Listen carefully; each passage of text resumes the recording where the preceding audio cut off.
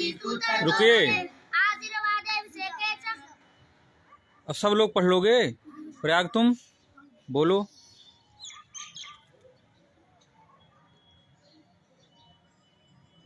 बोलिए, देख कर पढ़ना है।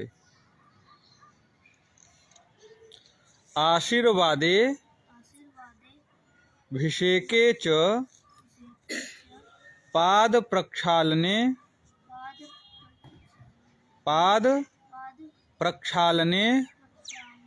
तथा शयने भोजने चैव पत्नी तूत्तरतो भवेत। पढ़ लोगे अब। आशीर्वादेभिषेके च पाद प्रक्षालने तथा शयने भोजने चैव पत्नी तूत्तरतो भवेत। अभिषेक होता है ना, पूजन में पुण्याहवाचन होता है। कलश स्थापन के बाद पुण्याहवाचन है ना। पुण्याहवाचन में यजमान को बैठाकर अभिषेक किया जाता है जल से। तो उस समय पत्नी कहाँ बैठेगी?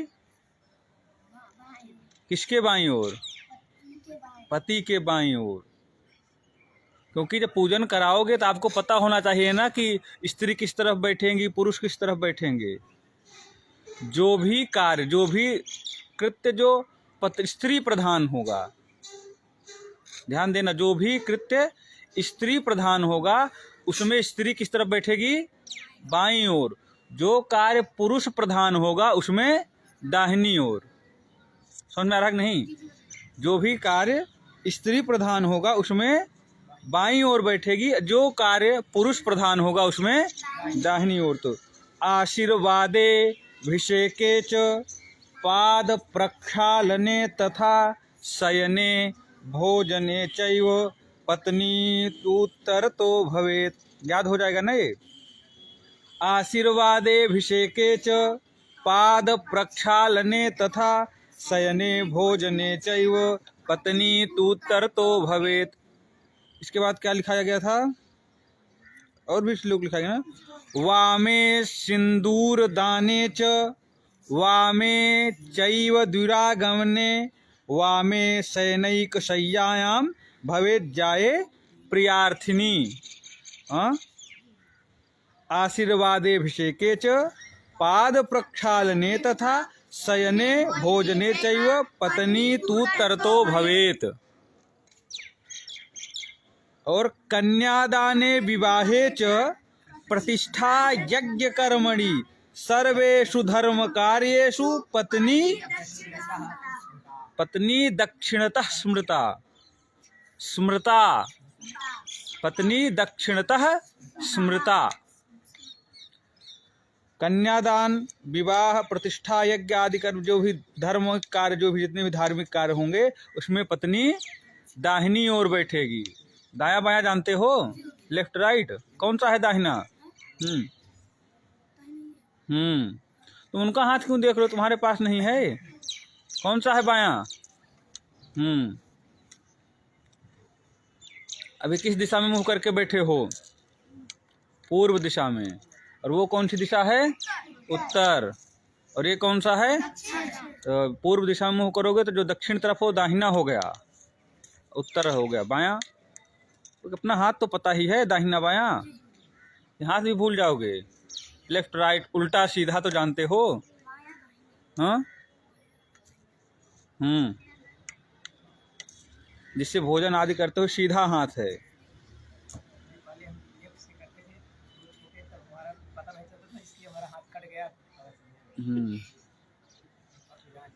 आशीर्वादेभिषेके च पाद प्रक्षालने तथा शयने भोजने चैव। अब तो पता रहेगा ना किस पूजन में कहाँ पर यजमान पत्नी किस तरफ बैठेगी। पता रहेगा ना। मान लो हवन हो रहा हो, घर पे पूजन हुआ, हवन हो रहा हो, तो कहाँ बैठाओगे?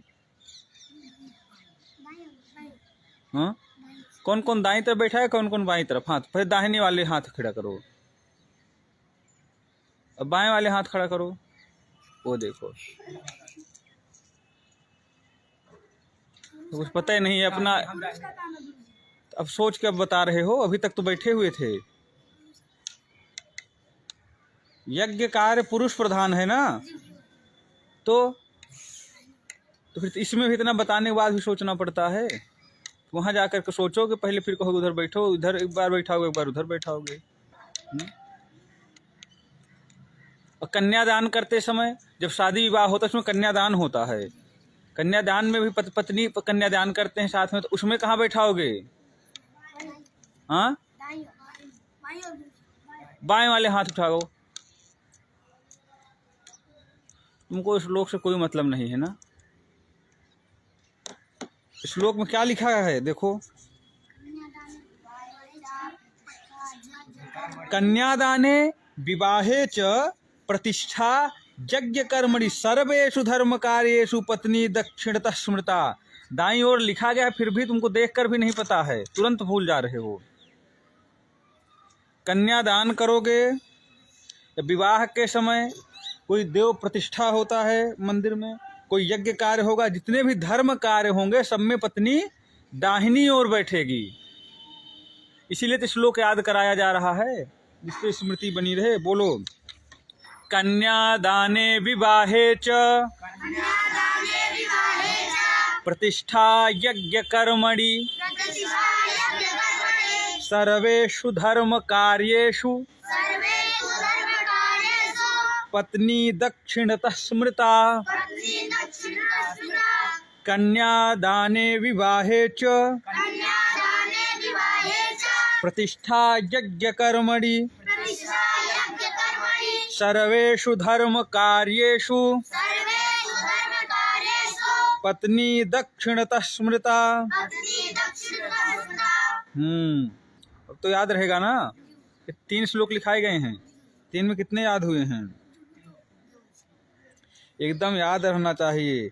सिंदूर दान के समय, द्विरागमन के समय, द्विरागमन जानते हो? नहीं जानते? विवाह जानते हो? विवाह में विदाई होती है, उसके बाद जब दूसरी बार विदाई होती है उसको कहीं कहीं गौना बोलते हैं। द्विरागमन दूसरी बार जब जाया जाता है, हाँ हाँ, उसको द्विरागमन बोलते हैं। विवाह के पश्चात भोजन के समय, शयन के समय पत्नी को कहाँ रहना चाहिए? बाईं ओर रहना चाहिए। और आशीर्वाद लेते समय, जैसे मान लो कोई संत आ गए, कोई बड़े आ गए, पति पत्नी जब साथ में आशीर्वाद लेने गए हों, उस समय अभिषेक हो रहा हो, अभिषेक के समय, ब्राह्मण के पांव धोते समय पत्नी को बाएं भाग में रहना चाहिए, क्योंकि ये सब जो कार्य हैं ये स्त्री प्रधान हैं। समझ में आ रहा? वामे सिंदूर दाने च वामे चैव दुरागमने वामे सैनिक शय्यायाम भवेत् जाये प्रियार्थनी। और आशीर्वादे अभिषेके च पाद प्रक्षालने तथा। हाँ, कन्यादान करते समय, विवाह के समय, प्रतिष्ठा के समय, कोई यज्ञ करते समय या कोई भी धार्मिक कार्य करते समय पत्नी को दक्षिण तरफ, दाहिनी तरफ बैठना चाहिए। इसी प्रकार जात कर्म, नामकरण, अन्नप्राशन, निष्क्रमण संस्कार करते समय पत्नी और बालक दोनों को दाएं भाग में बैठाना चाहिए। ये सब जब बच्चा पैदा होता है तब होता है ना जात कर्म। अब जब कराओगे किसी के बच्चे को, नामकरण संस्कार होगा, जन्मपत्री बनाओगे, अभिषेक बनाएंगे, तो सीखोगे तभी बनाओगे।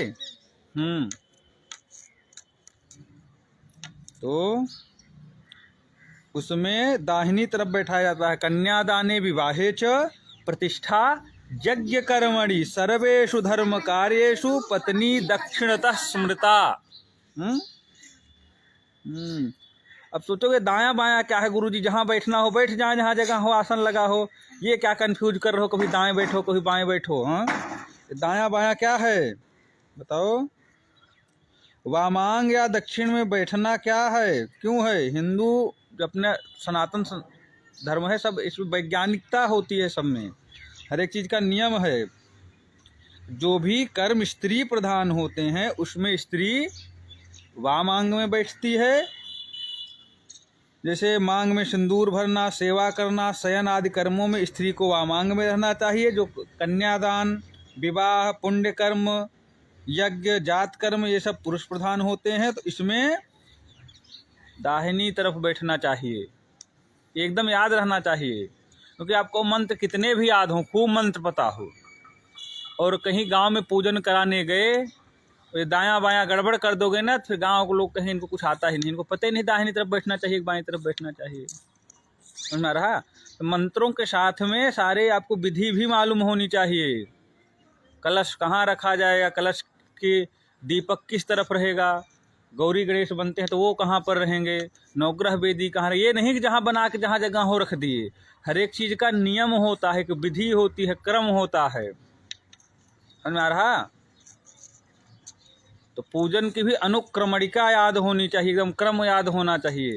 जैसे जब स्नान कराते हो, पहले पाद्योः पाद्यम, हस्तोर्घ्यम, मुखे आचमनीयम, फिर सर्वांगे स्नानीयम जलम समर्पयामि। नियम है ना कि पहले पूरा स्नान करा देते हो, फिर मुंह धुलाते हो, हाथ। एक नियम है ना, पहले पाँव, हाथ, मुंह, फिर सारा शरीर, फिर दूध, दही, घी, मधु, शर्करा। एक नियम है ना कि जो भी मन में आए, पहले दही से, फिर दूध से, मधु से, घी से, ऐसा तो है नहीं। तो हर चीज़ का एक क्रम होता है। जब आप क्रम से पूजन करेंगे तभी उसका फल मिलेगा। पूजन में भक्ति और भाव तो मुख्य है, लेकिन भक्ति भाव तो यजमान के पास भी वो अपना ही कर लेंगे, जब भाव ही दिखाना है उनको। कभी कभी जब नियम से, जब आपको क्यों बुलाया गया कि आप नियम से पूजन करवाएं, आप आचार्य हैं, आप वहाँ पर जाएंगे, अब आप भी वही करें, अरे भगवान तो सब भाव देखते हैं, जो भी है सब भाव से करो पूजन। तो भाव से पूजन करने के लिए तो स्वयं ही कर सकते थे, फिर आपकी आवश्यकता ही क्यों पड़ती? आप जब पूजन कराएंगे तो आप नियम से कराएंगे, शास्त्रीय विधि से कराएंगे। समझ में आ रहा? उज्ज्वल महाराज। तो रुद्राष्टाध्यायी याद हो रही कि नहीं? कितने अध्याय हुए याद? एक अभी हुए। तुमको 4, तुमको? शुभम?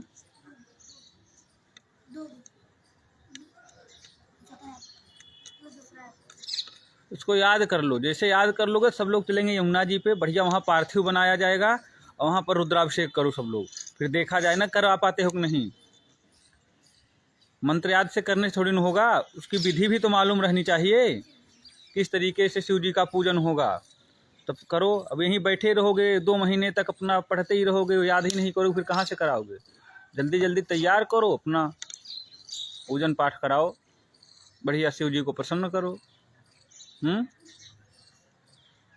तो ये तो आज याद रहना चाहिए। हम दोपहर में सुनेंगे तीनों श्लोक। कौन से? कि हाँ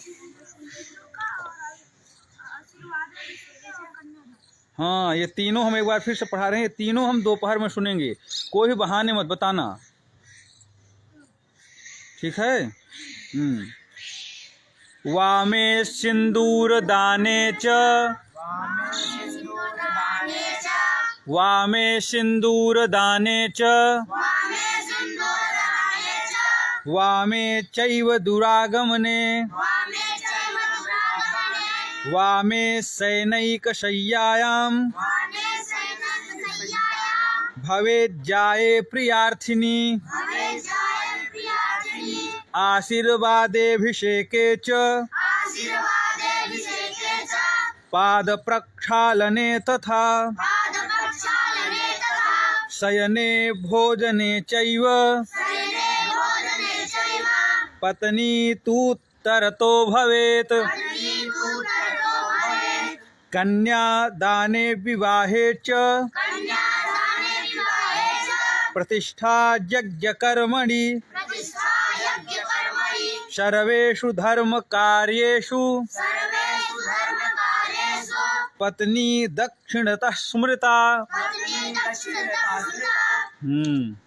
ये 3 श्लोक जब याद रहेंगे तो आपको किसी से पूछना नहीं पड़ेगा किस पूजन में, किस कर्म में स्त्री को दाहिनी तरफ बैठाया जाए, किस में बाईं तरफ। ये आपको पता रहेगा जब श्लोक याद रहेगा। जब श्लोक नहीं याद रखोगे, ऐसे अंदाज कर याद करो, अच्छा इस पूजन में यहाँ दाहिने बैठाओ बाएं बैठाओ, फिर बाद में विस्मृति हो जाएगी। जब श्लोक याद रखोगे तो श्लोक से आपको विस्मृति नहीं होगी। आपको पता रहेगा किस पूजन में कब किस स्थान पर बैठाना है। तो जो भी पूजन रहेगा तुरंत बता दोगे, हाँ आप उधर बैठिए, आप उधर बैठिए।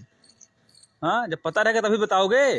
हाँ, नहीं तो फिर जो नाऊ आते हैं फिर उनसे पूछना पड़ेगा, अरे भैया नाऊ ठाकुर तुम बताओ तो किधर बैठेंगे, तुमको पता ही नहीं रहेगा। फिर कहेंगे देखो पंडित जी पहली बार नया नया आ गए, इनको कुछ मालूम नहीं है, कहाँ से आ गए। मंत्र खूब तुमको याद रहे, जब विधि नहीं मालूम रहेगी तो कहेंगे इनको कुछ आता ही नहीं है। और जब विधि मालूम रहे और मंत्र भी मालूम रहे तब तो कहते सोने पे सुहागा। हाँ हाँ, मंत्र याद ही कर ले रहे हो, मंत्र सब याद रहेंगे और विधि भी तैयार हो जाए। फिर देखो फिर दहाड़ कर पूजन कराओगे, फिर डरोगे नहीं किसी से। जब मंत्र नहीं याद रहेंगे, विधि नहीं याद, फिर तो फिर डर डर के कराओगे। कोई कहेगा कि विवाह करा दो, पर नहीं हमारे पास आज तो समय ही नहीं। समय तो खूब रहेगा, मंत्र ही नहीं याद रहेगा, बहाने बताओगे अभी तो हमको बहुत काम है, हमको जाना है चक्की से आटा लाने। हाँ, फिर तो बहाने बता दोगे।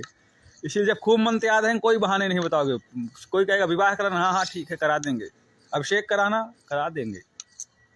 भागवत कथा करनी है, हो जाएगा, डेट निकालो, इसको कर लो। फिर तुम लोगों को बता दिया जाए कैसे, जैसे कोई बच्चा पैदा होता है उसका कैसे आपको जन्मपत्री कैसे बनानी है, एक दिन में सीख जाओगे। समझ में आ रहा? हाँ, एक दिन में उसको सीख जाओगे कि उसका कौन सी राशि है, राशि के स्वामी कौन से हैं, बच्चा मंगली है कि नहीं है, मूल में पैदा हुआ है कि नहीं, सब पता होना चाहिए कि नहीं। इसको एक दिन लगेगा सीखने में। आज ये मंत्र सुना दो, कल तुम लोगों को ये बता दें। हाँ, फिर घर पे फ़ोन करके पूछा करो किसी गांव में कोई बच्चा उच्चा नहीं पैदा हुआ, टाइम बताओ हमको, हम तुरंत कुंडली बनाया जाए। हाँ, दक्षिणा मत लेने लगना, पहले सबका ऐसे ही बनाओ जब तक पढ़ रहे हो। हाँ, तुम दक्षिणा नहीं छोड़ोगे। हाँ, नहीं लोगे? अरे फिर बिना दक्षिणा कौन सी कुंडली। और जब भी कुंडली बनाओ तो एकदम ध्यान से, क्योंकि उसमें गणित का रहता है। किसी का विवाह मिलाओ तो बहुत ध्यान से, नहीं पता लगे किसी की शादी बन रही हो तुम जल्दबाजी से तुम्हारे नहीं बन रही, जाओ गड़बड़ कर दो। जो भी ज्योतिष का कार्य करो उसको बहुत ध्यान से करना चाहिए। अगर थोड़ी भी त्रुटि होगी तो उसका अलग अर्थ निकल आएगा। सुनारा, पहले तुम लोग ये श्लोक तेजी तेजी से बोल के याद करो, तुमको कल पढ़ाएंगे ज्योतिष।